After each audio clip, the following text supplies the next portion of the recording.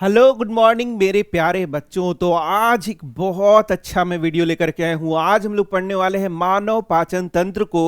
और ये पहली बार हो रहा है जब मैं तुम्हें पूरा एनिमेशन से यहाँ मानव पाचन तंत्र को पढ़ाऊंगा। तो चलो हम लोग देखते हैं कि आखिर हमें क्या क्या पढ़ना है। सबसे पहले तो हमें मानव पाचन तंत्र को पढ़ना है, उसके नाम को पढ़ना है और उसको समझना है। इसके बाद हम लोग समझेंगे पाचन की प्रक्रिया को कि अलग अलग जगहों पर कैसे पाचन होता है। तो ये देखो, यही है मानव पाचन तंत्र। इसके बाद हम लोग पढ़ेंगे कि कैसे हम लोग जो भोजन को लेते हैं तो कैसे ग्रहण करते हैं, मुंह के द्वारा ग्रहण करते हैं, तो वो हम पढ़ेंगे। इसके बाद मुंह में भी भोजन का पाचन होता है, उसको हम लोग अच्छे से पढ़ेंगे कि आखिर मुंह में भोजन का पाचन कैसे होता है, उसको मैं पढ़ाऊंगा। फिर देखोगे ये भोजन मुंह में पचने के बाद आगे कैसे जाता है, आगे कहाँ कहाँ जाता है, कहाँ कहाँ और भोजन पचता है, उसको भी हम लोग यहाँ पर देखेंगे पूरा एनिमेशन के द्वारा। तो इसी क्रम में हम फिर अमाशय में भोजन कैसे पचता है इसको देखेंगे। अमाशय के बाद भोजन में जो बाइल जूस होता है वो कैसे काम करता है उसको भी मैं पढ़ाऊंगा। इसी के बाद हम लोग देखेंगे कि लीवर कैसे काम करता है, कैसे भोजन को पचाने में मदद करता है। आगे हम देखेंगे कि जब भोजन छोटी आंत में पहुंचती है तो कैसे उसका पाचन होता है। इसी के साथ जब भोजन पच जाता है तो उसका छोटी आंत में अवशोषण कैसे होता है।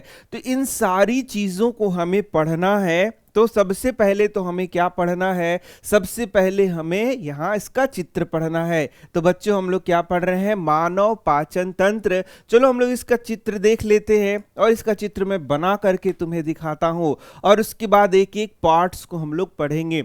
तो ये देखो, सबसे पहले तो तुम जान लो कि जो मानव पाचन तंत्र है इसके दो भाग हैं। सबसे पहला होता है आहार नाल। क्या बोलते हैं बच्चों, आहार नाल, जो कि नली की तरह संरचना है। अभी मैं तुरंत वीडियो में भी तुम्हें दिखा रहा हूं। और दूसरा है ग्रंथियां। दूसरा क्या है बच्चों, ग्रंथियां हैं जो कि अलग अलग जगहों पर पाई जाती हैं। और इन्हीं ग्रंथियों से क्या निकलता है, एंजाइम निकलता है। क्या निकलता है, एंजाइम। और ये जो एंजाइम है भोजन का क्या करते हैं, पाचन करते हैं। तो भोजन का पाचन करने का क्या मतलब है कि जो भोजन के जटिल अणु होते हैं, क्या होते हैं बच्चों, जटिल अणु होते हैं। इसी जटिल अणु को एंजाइम की मदद से सरल अणु में बदला जाता है। किस में बदला जाता है, सरल अणु में बदला जाता है। इसी को हम लोग पाचन कहते हैं। अभी मैं फिर से एक रिकैप करा रहा हूं, लेकिन अभी पहले लिख ले रहा हूं। अब भोजन में जटिल अणु कौन कौन है जिसे हमें पचाना है। तो सबसे पहला है हमारा कार्बोहाइड्रेट। क्या है बच्चों, कार्बोहाइड्रेट। और जब कार्बोहाइड्रेट पचता है तो ये पच करके पूर्ण रूप से जब इसका पाचन होगा तो यही ग्लूकोज बनाता है। क्या बनाता है, ग्लूकोज बनाता है। ये जितने पॉइंट्स मैं बता रहा हूं ये सारे पॉइंट्स तुम्हें याद रखने हैं क्योंकि बहुत महत्वपूर्ण है। और ये पूरा निचोड़ में बता रहा हूं, फिर उसके बाद पूरा डिटेल बता रहा हूं। दूसरा हमारा प्रोटीन होता है बच्चों। दूसरा क्या है, प्रोटीन, जो कि पचता है तो अमीनो अम्ल बनेगा। क्या बनेगा, अमीनो अम्ल बनेगा। और इसके बाद तीसरा है हमारा वसा। और जब वसा का पाचन होगा तो ये ग्लिसरॉल बनेगा। क्या बनेगा, ग्लिसरॉल, ऐसे लिख देता हूं, ग्लिसरॉल बनेगा। और प्लस में क्या बनेगा, ग्लिसरॉल और फैटी एसिड का निर्माण करता है। क्या बनता है, फैटी अम्ल, अम्ल का निर्माण करता है। इस प्रकार से देख सकते हो एक पाचन का मैंने ओवरव्यू दिया। तो बोलोगे सर अभी तो आप पाचन तंत्र बता रहे थे। यस, वहीं से शुरू करेंगे। तो ये देखो, ये हमारा पाचन तंत्र बन रहा है और उसको पूरा एनिमेशन के थ्रू मैं यहां पर दिखाऊंगा। ये देखो, इस प्रकार से हम जब आगे मैं बताऊंगा तो हर एक पॉइंट को फिर मैं दिखा रहा हूं तुम्हें। ये देखो, ये हमारा पाचन तंत्र इस प्रकार से बन रहा है, ये देखना। और यहां पर इस तरीके से मैं कर दे रहा हूं।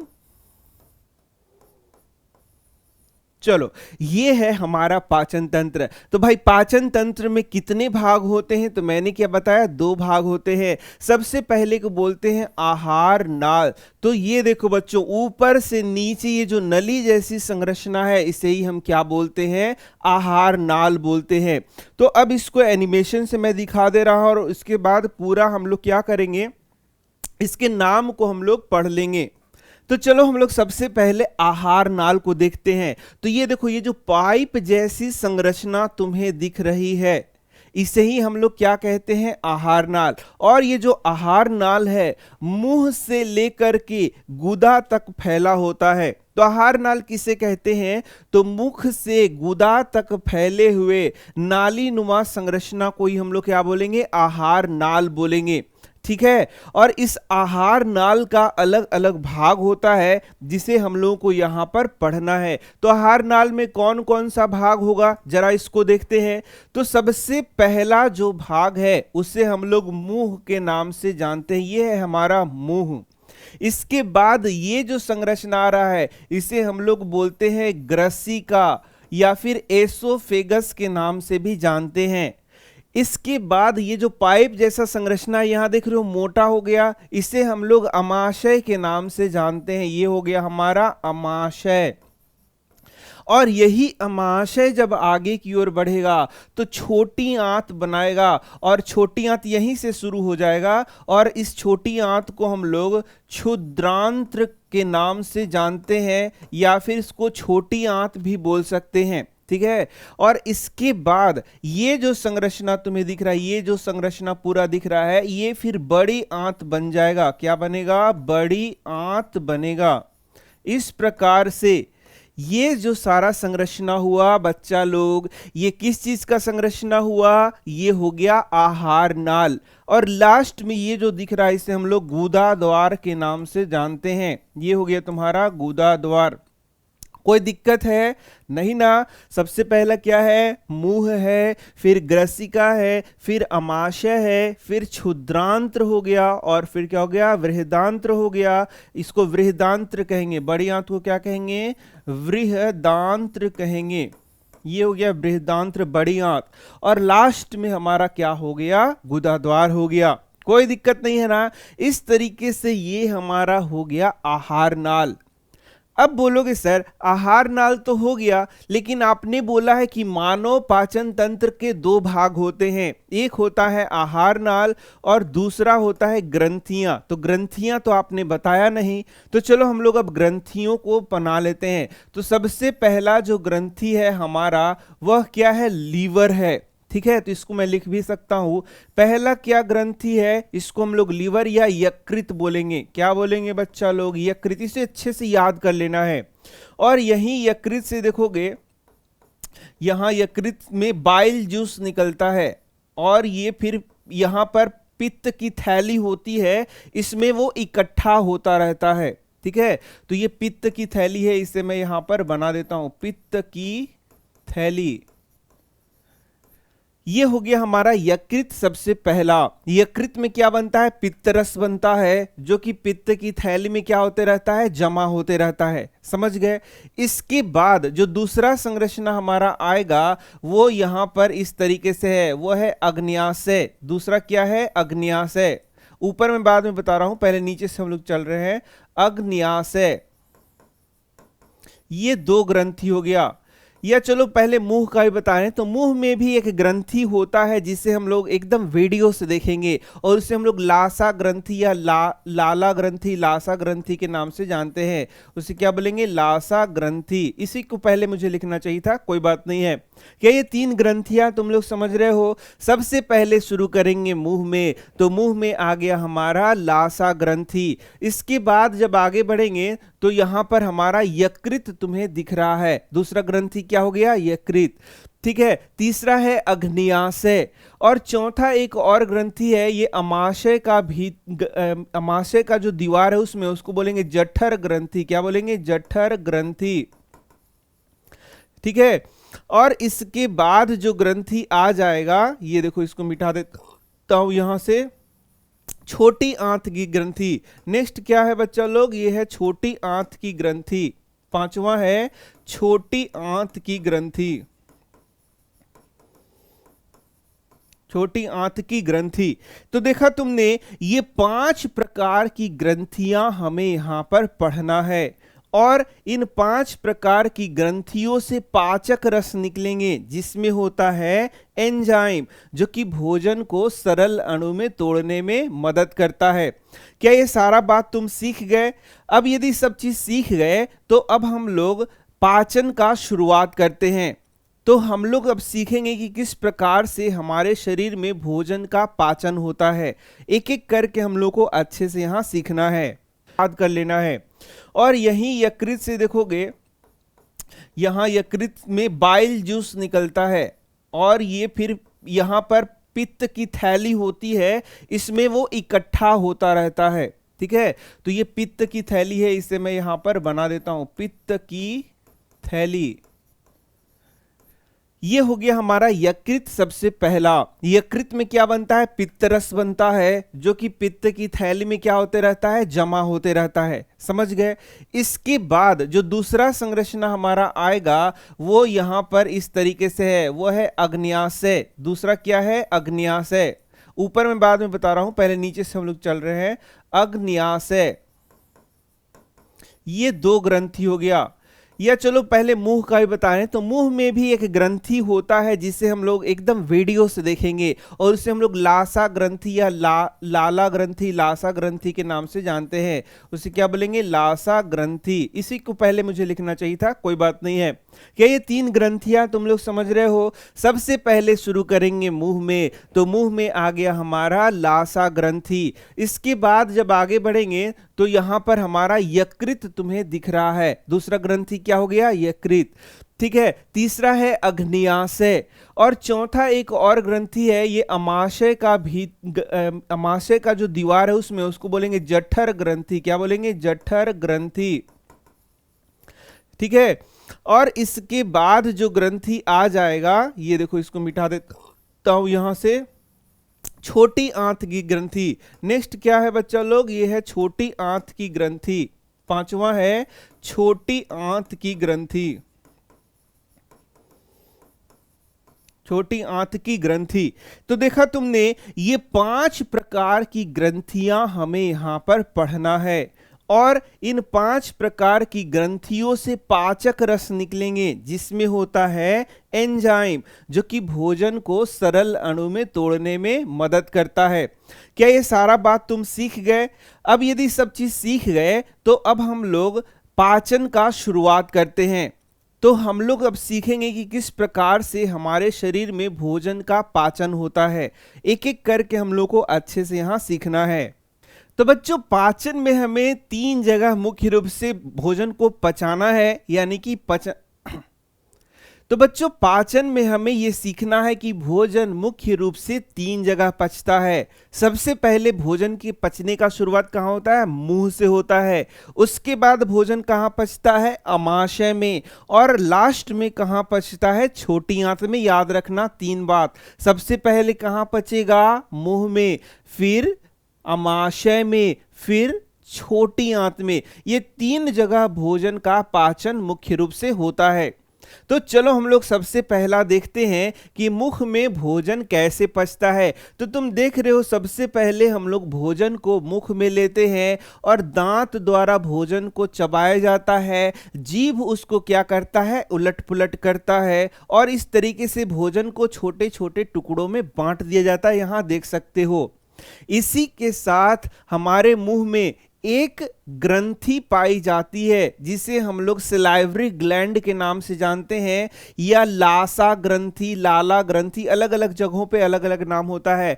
तो ये जो लासा ग्रंथि है, इससे देखो फिर क्या निकलता है? एंजाइम निकलता है और ये एंजाइम निकल करके फिर मुंह में आएगा और भोजन को क्या करेगा? पचाने में मदद करेगा।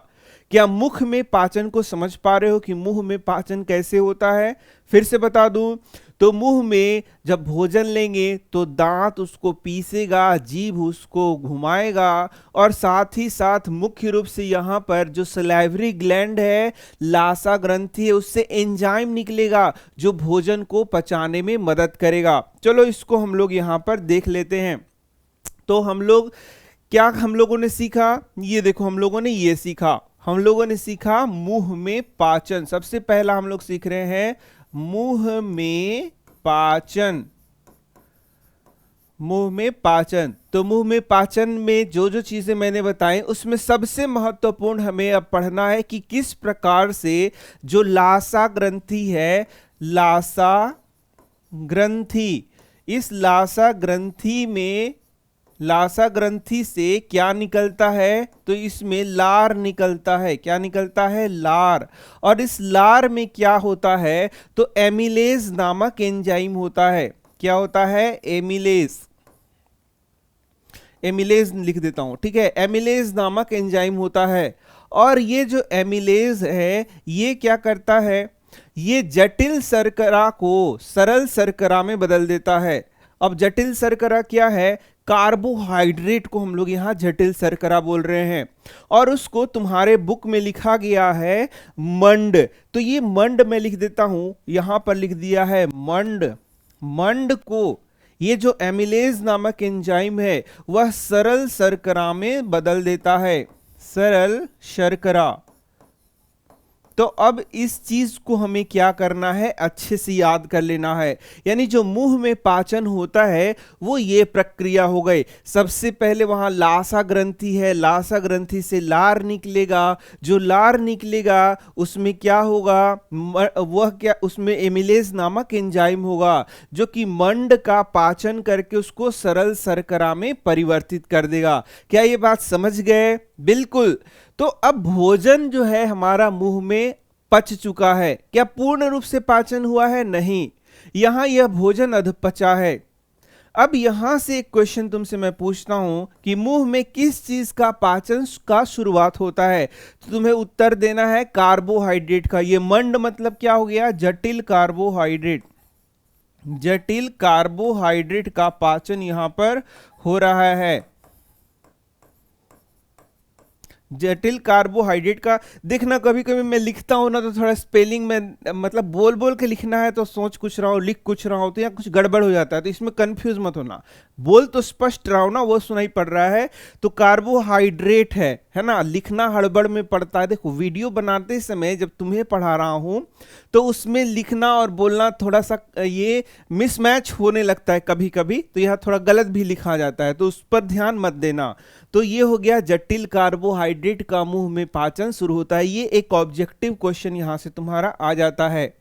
अब बात है कि मुंह में जब भोजन पच गया तो क्या मुंह में ही रहेगा? नहीं, वो आगे भी बढ़ेगा। और वो आगे बढ़ेगा तो इस तरीके से देखो, आगे वो भोजन, ये देखो भोजन आगे की ओर बढ़ रहा है, दिख रहा है? तो इस तरीके से ये जो भोजन है आगे की ओर बढ़ रहा है और फिर अमाशय तक आएगा। तो ये जो भोजन आगे की ओर बढ़ रहा है, यहां से भी एक प्रश्न हमारा आता है कि ये जो भोजन आगे बढ़ता है वो कैसे बढ़ता है? तो हम बोलते हैं क्रमाकुंचन गति के द्वारा। क्रमाकुंचन गति के द्वारा यह जो भोजन है फिर ये पूरे आहार नाल में ऊपर से नीचे की ओर जाएगा। जो भोजन है उसमें लार पूरा मिक्स है और उसके द्वारा ये पूरा आगे की ओर बढ़ता जाएगा क्रमाकुंचन गति द्वारा। ये भी हमें याद रखना है। अब कहाँ आ गया भोजन हमारा? यदि यहाँ सारा चीज हो गया तो भोजन अब आ जाएगा अमाशय में। तो अब हम लोग देखेंगे कि हमारा भोजन कहाँ पहुंच गया है। यस, हमारा देखो यहाँ पर देख सकते हो ये भोजन आगे आ रहा है। ये देखो यही एसोफेगस है, ग्रसिका है, उससे अमाशय में भोजन चला जाएगा। उसके बाद छोटी आंत में आता है, छोटी आंत से बड़ी आंत में आता है और फिर उसका मतलब छोटी आंत में उसका पूर्ण रूप से पाचन भी हो जाता है, अवशोषण भी हो जाता है और जो बचा हुआ खराब पदार्थ है बड़ी आंत में आकर के बाहर शरीर के निकल जाता है। तो ये देखो अभी हम लोग क्या पढ़ रहे हैं कि अब अमाशय में भोजन का पाचन कैसे होगा। देख लो यहां से, अब ये है अमाशय, अब इस अमाशय में भोजन का कैसे पाचन होगा, इसी को हम लोगों को अब समझना है। तो यहां आप देख सकते हैं, अब भोजन एसोफेगस से होते हुए हमारे, देखो यही है एसोफेगस, यहां से एसोफेगस से देख रहे हो ये भोजन आ रहा है और कहां पर आ रहा है, अमाशय में। और अब हमें सीखना है कि अमाशय में भोजन कैसे पचता है। तो ये यहां पर जो तुम देख रहे हो, एक बार मैं और दिखा दे रहा हूं, ये जो चीज दिख रहा है इसे ही हम लोग क्रमाकुंचन गति कहते हैं। और ये पूरे आहार नाल में इस तरीके का क्रमाकुंचन गति होता है जिससे भोजन आगे की ओर बढ़ता है। तो हम लोग हैं अभी कहां पर, अमाशय में। और हम लोग देखने वाले हैं कि भाई अमाशय में भोजन का पाचन कैसे होता है। तो जो एनसीईआरटी में लिखा हुआ है उसे हम लोग देखेंगे। तो सबसे पहला चीज सीखना है, ये हो गया हमारा अमाशय। अमाशय पहचान पा रहे हो बच्चा लोग? ये देखो, ये जो दिख रहा है यही है अमाशय, यहां पर ये जो दिख रहा है। अब अमाशय में सबसे पहले समझना है कि इसका जो दीवार है इसमें होता है जठर ग्रंथि। क्या होता है बच्चा लोग? इसमें होता है जठर ग्रंथि। अब इस जठर ग्रंथि से हमें तीन चीज प्राप्त होता है, यानी कि ये जो अमाशय है इसमें जठर ग्रंथि से तीन चीजें स्रावित होती है, निकलती हैं। सबसे पहले को कहते हैं HCl। क्या बोलेंगे? HCl यानी हाइड्रोक्लोरिक अम्ल। दूसरे को यहां पर हम लोग बोलते हैं पेप्सिन, पेप्सिन। और जो तीसरा नाम है वह क्या है? तो ये तीसरा नाम हो गया। तो पहला HCl, दूसरा पेप्सिन और तीसरा श्लेष्मा, ये यहां पर निकलता है। इसी के साथ ये जो अमाशय का दीवार है या भोजन को पूर्ण रूप से चर्न करता है, यानी पूरा अच्छे से उसको क्या कर देता है और मिला देता है। अब बोलोगे ये तीन चीज निकलता है तो ये क्या करता है? तो ये यहां पाचन में मदद करता है। एक पॉइंट यहां पर और याद रख लेना है कि यहां पर सिर्फ प्रोटीन का पाचन प्रारंभ होता है। यहां कार्बोहाइड्रेट का कोई पाचन नहीं होता है, वसा का कोई पाचन नहीं होता है, सिर्फ और सिर्फ प्रोटीन का पाचन शुरू होता है जिसे पेप्सिन नामक एंजाइम करता है। इसका मतलब क्या है? पेप्सिन प्रोटीन को पचाने में मदद करता है, यह प्रोटीन को पचाने में मदद करेगा। अब बात आती है कि HCl का क्या काम है। तो HCl क्या करता है? यहां पर एक अम्लीय माध्यम देगा। क्या देगा? अम्लीय माध्यम तैयार करेगा। अब ये अम्लीय माध्यम का क्या फायदा होगा? तो इसका आंसर है कि इस अम्लीय माध्यम से ये पेप्सिन क्या करेगा? कार्य कर पाएगा।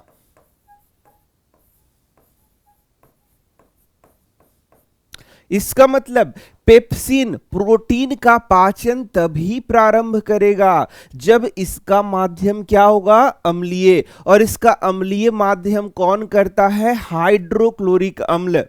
और यही जो हाइड्रोक्लोरिक अम्ल है यह भोजन को गलाने में भी मदद करेगा, हानिकारक बैक्टीरिया को मारने में भी मदद करेगा और काफी सारे और काम करेगा। तो HCl हाइड्रोक्लोरिक अम्ल क्या है? एसिड है। तो यदि ये एसिड हमारे अमाशय में निकल रहा है तो अमाशय के दीवार को क्या कर सकता है? हानि पहुंचा सकता है। और कभी कभी अल्सर भी हो जाता है इस HCl के कारण। कैसे होता है? तो जो अमाशय का दीवार है वह इस HCl के संपर्क में आ जाता है, जिससे कि कभी कभी क्या हो सकता है या होता है तो अल्सर तक हो जाता है। तो भाई इससे हमारा जो अमाशय है वह सुरक्षित कैसे रहता है? तो उसके लिए भी यहां पर व्यवस्था है और वह है श्लेष्मा। तो श्लेष्मा क्या करता है? अमाशय के दीवार को क्या करता है? अमाशय के दीवार को HCl से बचाता है, यानी कि अमाशय के दीवार को HCl के प्रभाव से बचाता है। देखा तुमने, तो ये था हमारा अमाशय में भोजन का पाचन। तो अब भोजन कहाँ जाएगा, तो अमाशय से भोजन चला जाएगा छोटी आंत में। ये देखो, ये भोजन कहाँ पहुंच जाएगा, छोटी आंत में। और अब हमें देखना है कि छोटी आंत में भोजन का पाचन कैसे होगा। तो यहाँ पर छोटी आंत में भोजन का जो पाचन होता है उसके लिए अलग अलग जगह से फिर क्या आता है, केमिकल्स आते हैं, या बोलेंगे कि पाचक रस आते हैं, या बोलेंगे कि पाचक रस में उपलब्ध एंजाइम्स आते हैं। तो वो कहां कहां से आते हैं वो मैं अभी बता रहा हूं। तो सबसे पहला तो वो लीवर से आता है। ये देखो, यही है लीवर। और लीवर में क्या बनता है, बाइल जूस बनता है, यानी पित्त रस बनता है। बहुत ज्यादा लीवर के बारे में तुम्हें नहीं पढ़ना। लीवर यानी यकृत, और इसमें पित्त रस बनता है। और ये जो पित्त रस है, यहां देख सकते हो, पित्त की थैली में जमा हो जाता है, और जब आवश्यकता होती है तब यहां से निकलता है और वो धीरे से छोटी आंत में पहुंच जाता है। क्या ये दो बात समझ गए? ठीक है, ये लीवर के बारे में तुम्हारा इंफॉर्मेशन था। तो यदि हम लोग देखें तो ये भोजन कहां पहुंच गया, छोटी आंत में पहुंच गया। अब छोटी आंत से संबंधित बहुत सारी चीजें हमें पढ़नी है। तो सबसे पहला हम लोग यहां पाचन को देख लेते हैं कि छोटी आंत में पाचन कैसे होगा। ये देखो, भोजन कहां पहुंचा है, छोटी आंत में। तो छोटी आंत में भोजन के पाचन के लिए 3 जगह से पाचक रस आते हैं। सबसे पहला कहां है, सबसे पहला है ये हमारा यकृत।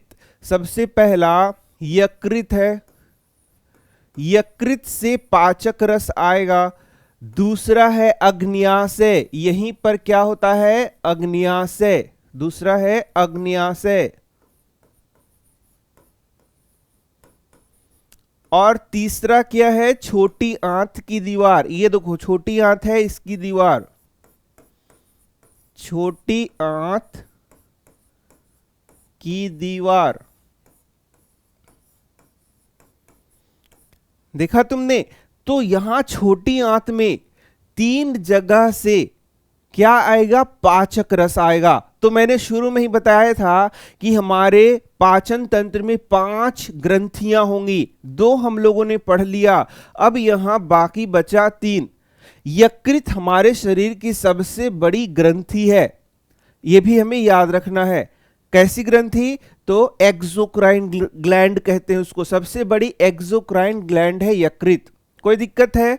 तो अब यहां पर पाचन कैसे होता है छोटी आंत में, उसे हम देखते हैं। तो सबसे पहला हमें देखना है छोटी आंत में वसा का पाचन। वसा का पाचन, छोटी आंत में वसा का पाचन कैसे होता है, इसे समझना है। ध्यान से देखो, तो अब छोटी आंत में वसा पहुंच चुका है।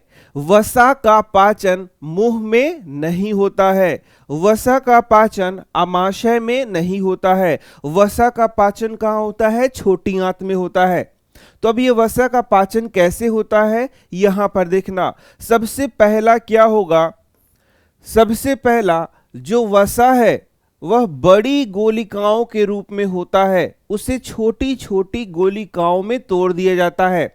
यानी जो वसा होता है वह बड़े फॉर्म में होता है, और पित्त रस के द्वारा, यहां देखो, यकृत से क्या निकलेगा, पित्त लवण। पित्त लवण, तो इस पित्त लवण के द्वारा वसा को क्या किया जाएगा, छोटी छोटी गोलिकाओं में, छोटी छोटी गोलिकाओं में तोड़ दिया जाएगा, और इसे कहते हैं अमलसीकृत करना। यानी कि इसको अमलसीकृत किया जाएगा और छोटी छोटी गोलिकाओं में तोड़ दिया जाएगा।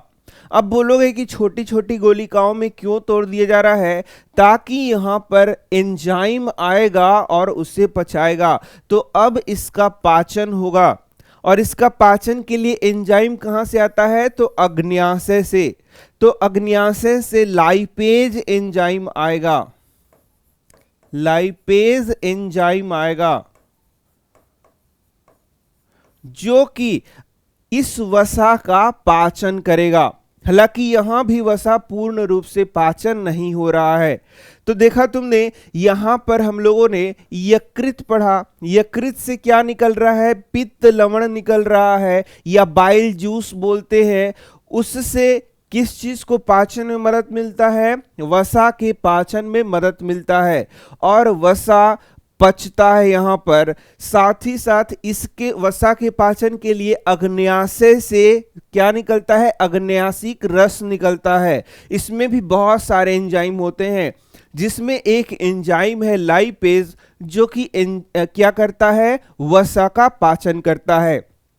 क्या इतना बात तुम समझ गए? बिल्कुल। तो अब तुम बोलोगे कि ये छोटी आंत की दीवार से जो एंजाइम निकल रहा है वो क्या कर रहा है? तो बस लास्ट में यही हमें पढ़ लेना है कि ये जो छोटी आंत तुम्हें दिख रहा है, इसकी दीवार से जो एंजाइम निकल रहा है वो अंतिम रूप से कार्बोहाइड्रेट, प्रोटीन और वसा का पाचन कर देगा। अंतिम रूप से ये क्या कर देगा? इन तीनों को पचा देगा। इसका मतलब शुरुआत से जो वो पच रहा है वो पूर्ण रूप से नहीं पचता है, अध पचा होता है। लेकिन भोजन पूर्ण रूप से कहां पच जाता है? हमारी छोटी आंत में। और जैसे मैंने बता दिया कि कार्बोहाइड्रेट पूर्ण रूप से पचकर क्या बनता है? ग्लूकोज। तो ये जटिल कार्बोहाइड्रेट होता है। जटिल कार्बोहाइड्रेट पूर्ण रूप से पचकर ग्लूकोज बनता है। प्रोटीन के पाचन से एमिनो अम्ल बनता है। इसी तरीके से वसा के पाचन से फैटी एसिड और ग्लिसरॉल बनता है, यानी फैटी अम्ल और ग्लिसरॉल का फॉर्मेशन होता है। इस तरीके से यहां पर हमारा पाचन हो गया। कहां पर? छोटी आंत में। अब जब छोटी आंत में पाचन हो गया तो नेक्स्ट क्या है? नेक्स्ट है छोटी आंत की दीवार से अवशोषण। तो यहां तुम एक वीडियो देख रहे हो, ये छोटी आंत का दीवार को दिखाया जा रहा है। तो तुम देखोगे छोटी आंत का दीवार में ये अंगुली नुमा पूरा प्रवर्ध है, जिसे हम लोग दीर्घ रोम कहते हैं। अब चलो यहां मैं दिखा दे रहा हूं तुम्हें। ये देखो, ये जो छोटी आंत है इसमें ये अंगुली नुमा प्रवर्ध तुम देख रहे हो, दिख रहा है ये। इसी अंगुली नुमा प्रवर्ध को हम लोग क्या बोलते हैं? विलाई बोलते हैं, या फिर इसे दीर्घ रोम के नाम से जानते हैं। तो कई लोग विली बोलते हैं, कई लोग विलाई बोलते हैं, कई लोग दीर्घ रोम बोलते हैं। हिंदी में हमें दीर्घ रोम ही बोलना है।